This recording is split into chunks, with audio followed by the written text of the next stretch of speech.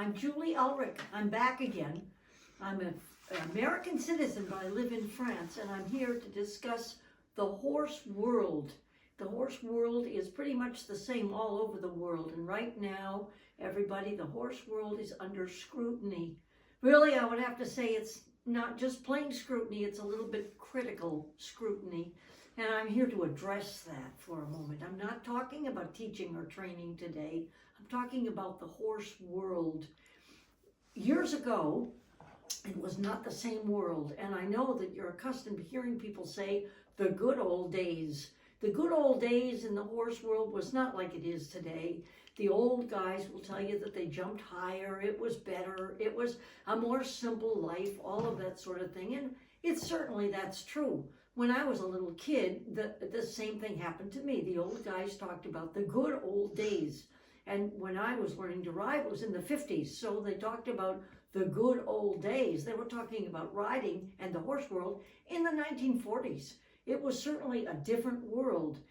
When I learned to ride, and I was 13 when I started to ride jumpers for a horse dealer, you could walk between the jumps as long as you didn't lose forward motion.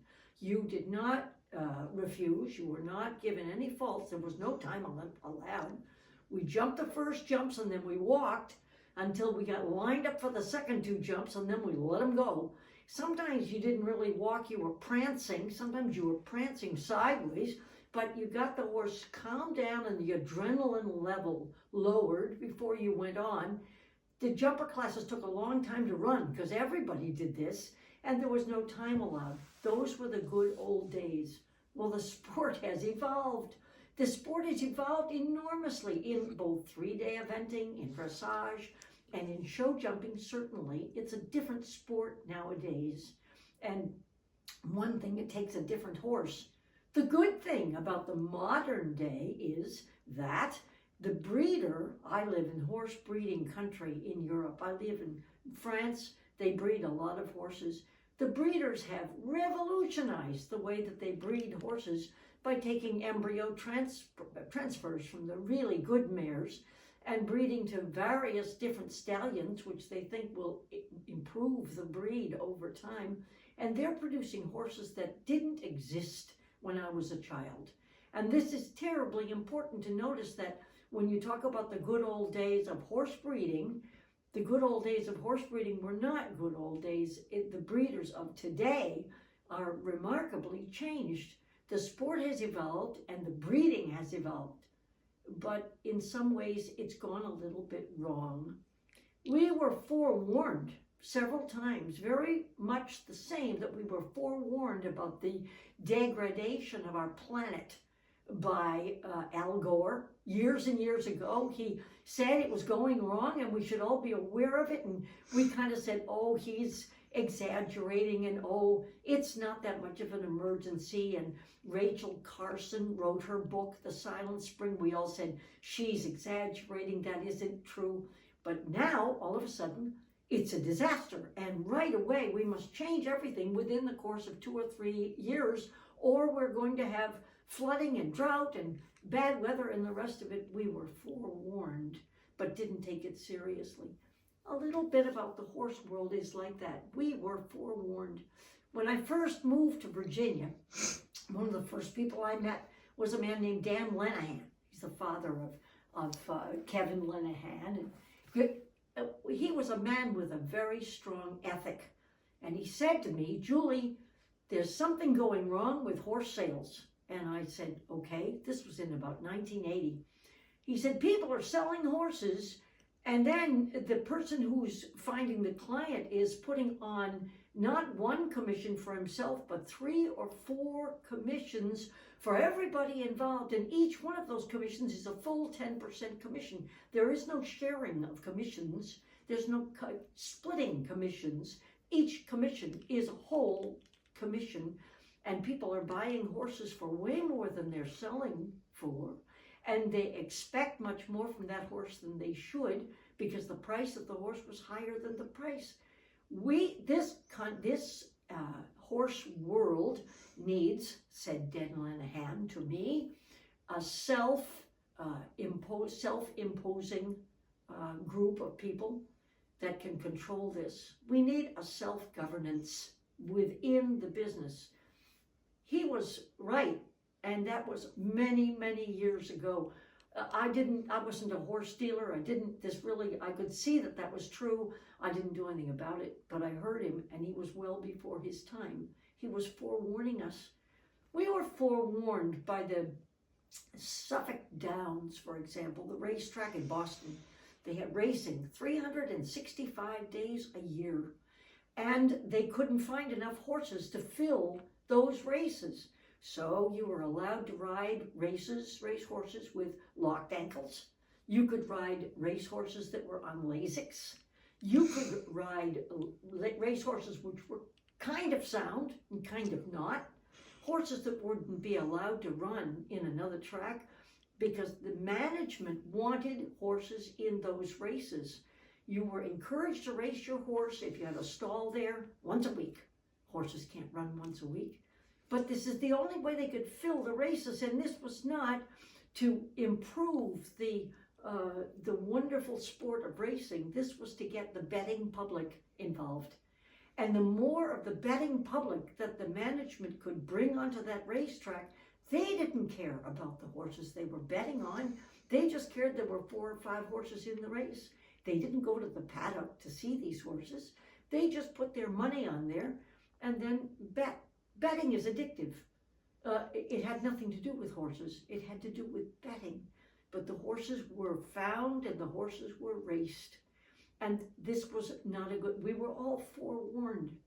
I remember the time that Chris Kapler developed a new group called the NARG, National American Riders Club, I believe it was. And this club was organized so that the riders at the top level could encourage the horse shows to provide better conditions for horses, better warm-up areas, better stabling.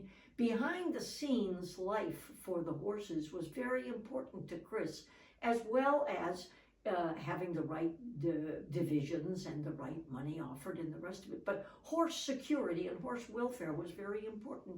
I went to the first meeting because I was in Wellington at the time, and he spoke about something that really affected me. He said, years ago, we used to take kids in who couldn't afford to ride, and kids that didn't have a lot of money, but maybe they had some talent. We would take them with us to the horse show and try to get them in a few classes on some kind of a horse, pay their entry fees, get them in the classes, involve them in the sport, even though they couldn't afford it. I took over 40 kids from Europe, and I took them to Florida, I took them to Vermont, I took them fox hunting. Everywhere I went, they went. If I was showing, they were showing. I would find some horse, no matter where I had to find it, pay the entry fee, and get these kids out there. Didn't matter if they won or not, they were exposed to our sport, and they met everyone that they wanted to meet. This was part of my training them. I didn't get any money for that. They exchanged their work for my input. And this was fine with me, and I would do it over, and I can't do it over again, and no one else can do it either. And it's not just safe sport that prevents you from doing it. It's the cost of horse showing. Now when you go to a show, there's declaration fees, nominating fees, parking fees, office fees, drug fees, non-showing fees, ship-in fees, plus the cost of simply being there.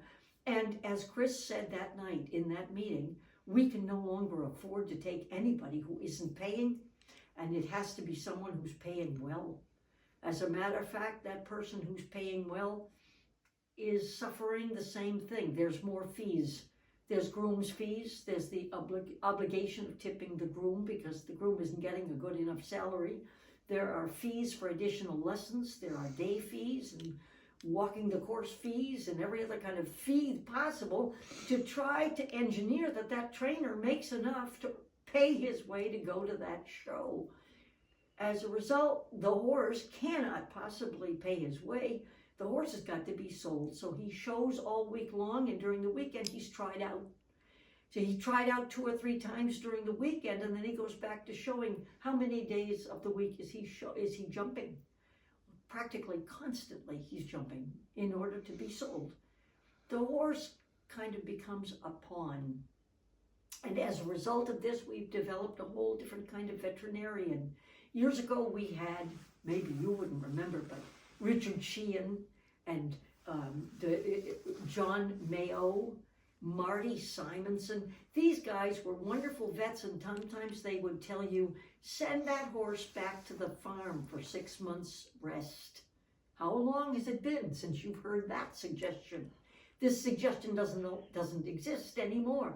The vets are anew, they're instructed to get this horse back into the competition or into serviceably sound condition so that he can be leased, or he can be sold, or he can be used to win, whatever it takes. The veterinarian is instructed to make that happen. The horse kind of becomes a pawn. This is something we really want to avoid. This is what we need to correct. I can tell you how to correct it. Go back to that breeder. Nowadays, the breeder is breeding a whole different kind of a horse. I live in breeding country, and when I go to see the 2-year-old presentations, the 3-year-old free schooling competitions, or the presentations for being accepted as a stallion, when I go to the 4-year-old classes, or the 4-year-old classes, sometimes I see 300 4-year-olds in a class. The riders of those horses are not the riders at the top level in France. Those are young horse riders. They ride and they show on Tuesday, Wednesday, and Thursday. They're not, most of them, in evidence in the big shows on the weekends. They are specialized in that they present, develop, and compete on the young horses. The circuit is finished at the end of May until the finals in September, and then in September the horses go back in the field. I have occasion to see these 2-year-olds, 3-year-olds, and 4-year-olds, and they aren't out there where everyone else would see them, but if you're in the breeding country, you see them.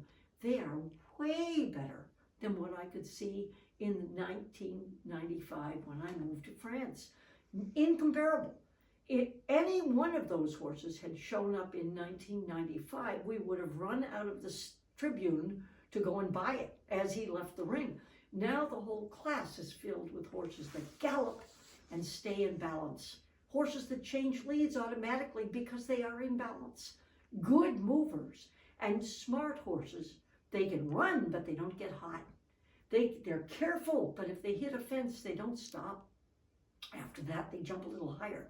With these horses that they're breeding, because of the quality of our breeders, are not at all what we were using in the old days.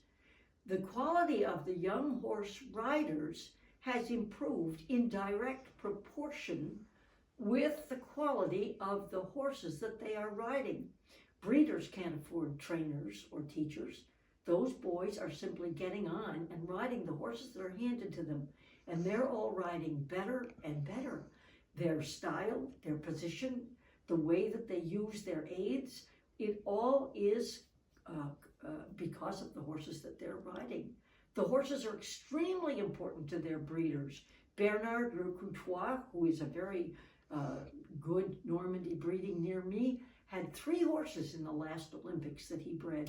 This is very unusual for one breeder to have 3 horses. One was in the 3-day eventing, and the other 2 were in the show jumping. Jean-Luc Dufour has revolutionized the way that he uses his mare program in order to breed the very best mares and not breed the others. He's a very selective person as far as his mare program. And all of this is trickling down to the young horse riders, and all of that is available to us. We have the horses, we have the sport, we have what it takes to make something really very good. The other day I went to dinner and there was a man sitting at that dinner across from me at the table. He's involved in racehorses. And after a couple of drinks of wine, he said to me, "You know what's wrong with your part of the industry?" I don't like the word industry, but anyway, I wasn't going to say anything. I said, "What's wrong with my part?" And he said, "I could fix it in a minute. You guys are losing money. You're not doing it. The riders aren't making money. The owners aren't making money. Nobody is making money. Your part is just failing miserably." And I said, really? Well, how would you fix that? He said, betting. It's so simple. Get betting on the show horses. If you allow betting on the show horses, the management of all those show facilities will set up betting booths. They will do everything they can to get the public in there. They will build better restaurants. The jockeys will make more money. The owners will buy horses simply because they can bet on them. That's why they would buy the horses, so that they could bet on them. Everything would explode in value, and you would all make a lot more money if I interrupted him. And I was polite and everything, but I interrupted him. And I said, you know what my feeling is, that the minute money enters the sport, the horse becomes a pawn. And the minute the horse becomes a pawn, it's no longer my sport. I love horses. Everything I do is for the horse. I don't do anything for money. I know I need to earn a living, but not to the degree where the horse becomes a pawn. Getting back last time to that breeder doesn't want his horse to be a pawn. That breeder has bred something that is a joy to him. And Bernard was so thrilled to see his 3 horses in the Olympics being well ridden and being well trained and prepared to do this job. We must make better use of the horses. How can we fix this problem? I think it's simple. We have the horses, we have the sport, we have the places to go to show that are fabulous. What we're missing are teachers. We're missing the teachers that teach ethics. Ethics are the whole key to the horse sport. The ethics must be taught as well as how to ride. The ethics are equally as important to winning the blue ribbon. The ethics involving pulling a horse up or sending him home for 6 months to rest are more important than winning that one last class before he's incurably lame. The ethics must be taught, and they must be taught by the teachers. What we're lacking in our industry is the teachers. We're lacking Dan Lenihan, and we're lacking the teachers who install ethics at the very beginning of all riding. Don't let that horse become a pawn. Protect our breeder and protect our sport.